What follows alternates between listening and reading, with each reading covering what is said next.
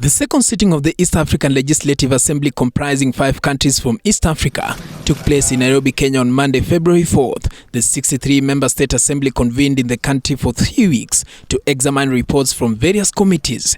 This was an opportune moment for President William Ruto to promote the agenda of why African countries should work towards a better financial system.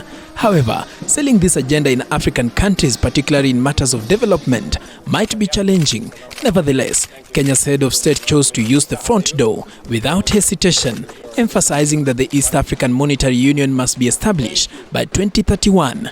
Thank you.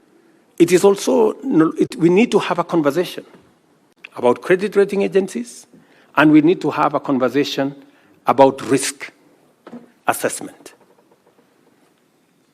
Because there is perceived risk that becomes larger than real risk. And that perceived risk is pushed by certain quarters to make Africa uncompetitive.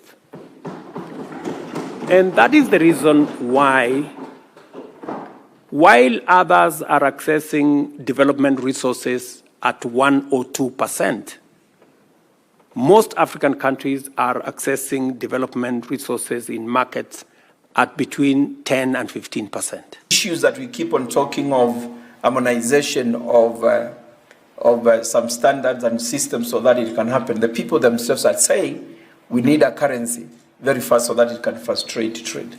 Because why would we want to move from one country to another, carrying another currency, and then you change that currency to get your local currency? So I think it's the high time we need to move fast. To achieve this, the Assembly must provide the necessary framework to facilitate the full implementation of the customs union and common market protocols, including the establishment of critical organizations such as the Monetary Institute, Bureau of Statistics, Financial Services, as well as the Surveillance and Enforcement Commissions. According to the head of state, high-interest lending to African countries has been the major obstacle to development and is hindering the implementation of development agendas in the country.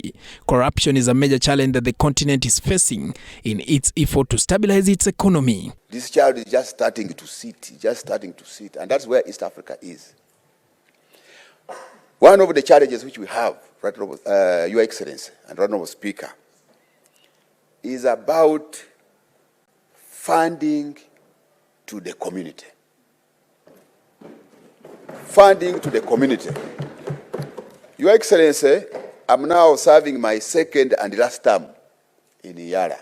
Nevertheless, the head of state of Kenya has identified action on climate change as a way to provide financial assistance to African countries. He urged the Assembly to support the African Leaders Nairobi Declaration and call to action. Prior to this summit, Twitter account was in fire after circulation of fake currency purported to be shared by the East African community. The far-reaching debate of financial freedom among African countries is a matter of wait and see, depending on the period of service of different presidents in the continent. Paul Kilobi, the East African Interest.